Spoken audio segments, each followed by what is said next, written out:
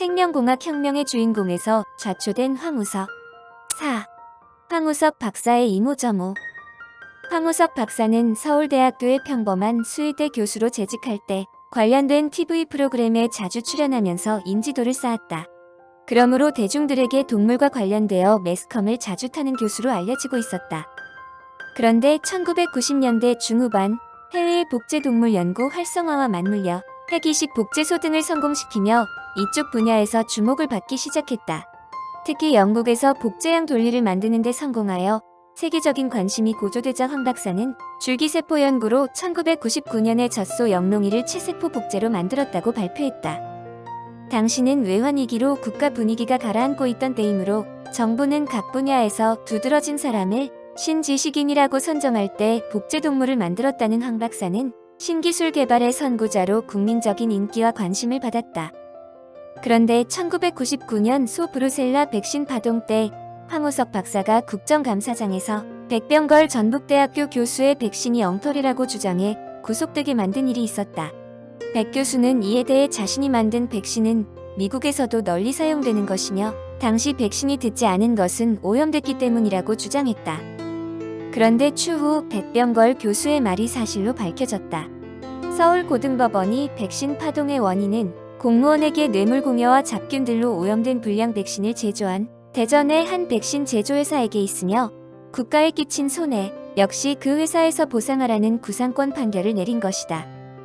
한마디로 괜한 황우석 교수의 잘못된 주장으로 브루셀라 전염이 한창일 때 효용성이 있는 백신을 사용하지 못하게 돼서 대한민국에서는 브루셀라가 대창궐하게 됐다는 내용이다. 여하튼 황 박사의 당시 처신이 논란의 대상이 되고 있을 때 2004년 황 박사는 사이언스지의 인간체 세포를 이용한 배아줄기세포 배양에 성공했다고 발표했다. 그의 발표는 세계를 깜짝 놀라게 했다. 한마디로 영롱이를 시작으로 전국민적인 관심과 지지를 받았고 줄기세포 기술은 대한민국의 새로운 성장 동력의 기반이 될 기술로 각광받았으며 배아줄기세포로 전 세계의 불치병과 난치병 환자들에게 꿈과 희망을 안겨줄 것이라고 설명되었다. 사이언스지에 발표한 배아줄기세포는 더욱이 세계 최초라는 수식이부터 곧바로 한국인 최초로 노벨상을 수상할 것으로 예상된다며 그야말로 영웅으로 대접받았다. 그에 대한 대우는 파격적으로 한 국회의원은 황우석에게만큼은 특혜를 주어서 영수증 없이도 연구비를 지원하자고도 했으며 2005년 최중요 인물로 대통령급 경호를 경찰에서 직접 할 정도였다. 예상치 못한 파국. 그의 파국은 예상치 못한 곳에서부터 불거져 나왔다.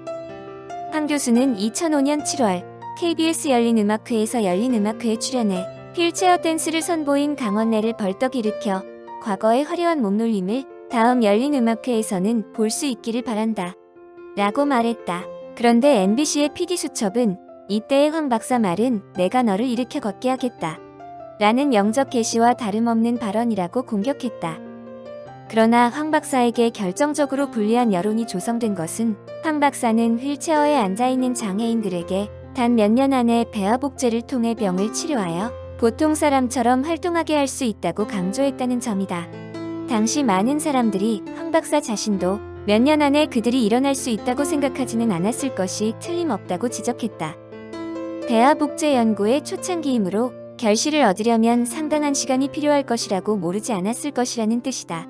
그러므로 황 박사가 단 몇 년 안에 장애인들이 벌떡 일어설 수 있다고 발언한 것은 장애인들에게 헛된 희망을 주면서 이를 연구비 확보 등에 이용하려 했다는 것이다. 사실 몇몇 분야에서 그의 말대로 여러 사람들이 극적인 치료를 받는 사례가 이루어지고 있지만 여하튼 당대의 정황을 볼 때 과학기술 연구에 종사하는 연구원으로서 많은 오해를 살 수 있는 문제라는 지적은 계속되었다.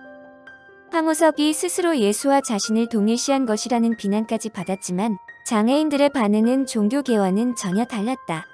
보행장애자들은 황 교수가 자신을 일으켜 세울 것이라며 심지어 자신을 생체 실험용은 마루타로 써달라는 자원자가 있다는 언론 기사로 나올 정도였다. 마루타는 제2차 세계대전 중 일본이 중국 하르빈에 있는 731부대에서 수많은 포로들을 생체 실험할 때 실험 대상이 된 사람들을 뜻한다. 2005년 8월 황 박사가 스너피라는 아프간 하운드 종의 개를 복제하였다고 발표하면서 한국은 그야말로 황우석에 열광했다. 당시 한국은 바이오 산업을 신성장 동력으로 내세우고 황우석 박사를 대표 이미지로 내세워 대대적인 홍보를 했으며 노무현 대통령까지 직접 황우석의 연구실을 방문해 격려하는 등 정부의 아낌없는 지원을 받았다. 추후에 황 박사의 사건이 불거져 나와 심지어는 복제소 영롱이, 복제계 스너피도 거짓이 아니냐는 말이 나왔을 정도이지만 영롱이에 대한 자료는 거의 없지만 스피너는 진짜로 복제에 성공한 것으로 인식한다. 황 박사를 판단할 때 스피너가 중요한 지표가 되는데 이는 황 박사의 복제는 사실이란 점이다. 황 박사의 언론 플레이는 상당히 고수준임은 틀림없다. 그는 언론을 적절히 이용하여 자신의 유명세를 높였는데 특히 난치병, 불치병 환자의 가족들과 만나 자신이 연구한 줄기세포로 그들을 치료할 수 있다는 희망을 주는데 주저하지 않았다. 특히 박정희 대통령 때 민주화 운동으로 얻은 후유증과 고령으로 건강이 안 좋았던 김대중 전 대통령을 만나 직접 치료할 수 있다고 말하기도 했다. 여하튼 황 박사의 줄기세포 치료는 당시 미래를 보장할 수 없는 초창기 상태임에도 황 박사의 말은 거침이 없었음을 알 수 있다. 황 박사를 향한 시선이 극찬과 비난으로 나뉘어지는 차에 핵폭탄은 그야말로 예상치 않은 데서 터졌다. 황우석 박사에 대한 문제가 불거져 나오게 된 발단은 황 박사와 공동 논문을 제출한 미국의 제럴드 세튼 박사가 황 교수의 연구에 사용된 난자 취득 과정의 윤리적 문제를 들어 황 교수가 추진 중인 세계줄기세포 허브 설립 프로젝트에 참여하지 않겠다는 발표한 것으로부터 시작했다고 해도 과언이 아니다. 세튼 박사는 공동 연구를 추진하던 사이임에도 매우 놀라운 공격을 했다. 황 교수가 나를 오도했다는 것을 확신시켜주는 정보를 갖고 있다. 나의 신뢰는 흔들렸고 마음이 아프며 이제 황 박사와 함께 일할 수 없다. 세튼은 황 박사와 함께 공동 연구를 하겠다고 발표할 정도로 황 박사의 강력한 지지자였다. 그는 2004년 황 박사가 체세포 복제에 성공했다고 하자 세계 생명공학계에 어제까지 세튼의 태양이 떴다면 내일부터는 황우석의 태양이 뜰 것이라며 황 교수를 지켜세웠던 인물이다. 비판의 핵심은 배아줄기세포 연구에 사용된 난자를 채취하는 과정에서 윤리법적 문제가 없었는가 하는 점이다. 이러한 문제는 2004년 2월 황 교수팀이 사람의 체세포와 난자만으로 인간 배아줄기세포를 만드는 데 성공했다고 발표한 뒤에도 제기되었다.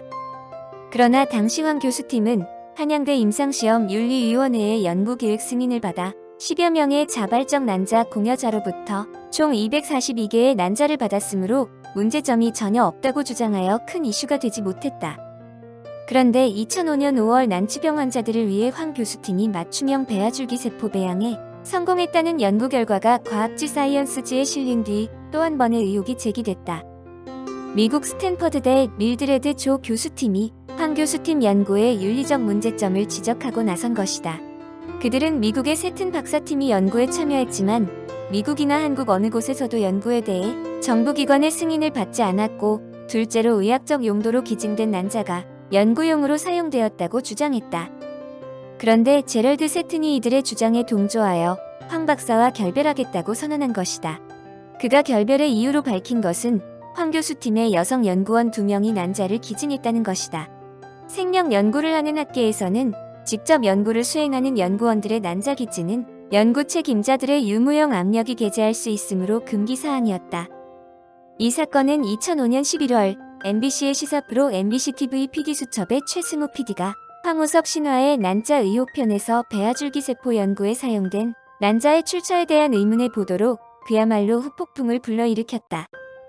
특히 난자 채취 과정에 불법적인 행위가 있었다는 의혹을 제기하면서 이 과정에서 난자 제공자에게 금품이 전달되었고 난자 중 일부는 연구실의 여자 연구원들을 상대로 채집했다며 과학윤리 문제를 제기했다. 이것이 과학적인 측면에서 큰 문제거리를 유발시킨 것은 인공수정이나 시험관하기 시술을 위난자를 여러 개 성숙시켜야 하는데 이 과정이 간단하지 않으므로 한 번에 많은 난자를 성숙시키기 위해 난소 자극 호르몬을 투여한다. 정상적인 여성의 경우 월 1개의 난자만 성숙시키지만 외부에서 호르몬이 투여될 경우 서너 개를 넘어 많게는 몇십 개씩도 성숙시킨다. 문제는 황우석 박사 측이 시행한 난자 채취는 인공수정을 위한 채취보다 호르몬을 과하게 써서 심하면 난소 자체에 큰 손상을 입힐 수 있다는 것이다. 학자들에 따라 의견이 약간 다르기는 하지만 난자는 태어날 무렵부터 그 총 개수가 정해져 있기 때문에 일정 시기에만 월 1개씩 나오는 것을 억지로 당기면 당연히 그 부작용이 생길 수 있다는 지적이다. 물론 난자를 기증한 연구원들은 자신의 희생을 통해 연구 성과를 이루려고 한 것에 지나지 않는다고 주장했다. 특히 연구원들이 난자를 기증한 시기는 한국에서 생명윤리법이 발효되기 전에 발생한 문제라서 법 규정에 위배되지 않고 연구원의 윤리 문제를 규정한 헬싱키 선언에도 위배되지 않는다고 밝혔다. 사실 이러한 황 교수에 대한 비판은 국내에서도 계속되었다. 특히 여성의 난자 채취 과정의 불투명성은 여성의 몸을 대상화했다는 비판으로 이어졌다. 일부 비판자들은 배아 복제, 대리모 유전자 진단 등은 여성의 몸을 대상화하거나 수단화하는 경향을 심화시킨다며 더 나아가 여성으로부터 출산 능력을 빼앗고 성인 여성의 예속을 강화할 것이라는 우려가 제기된다고 주장했다. 그러나 사태가 여의치 않게 벌어지자 황 박사는 곧바로 기자회견을 열고 난자 채취 사실을 시인하며 공직에서 사퇴했다.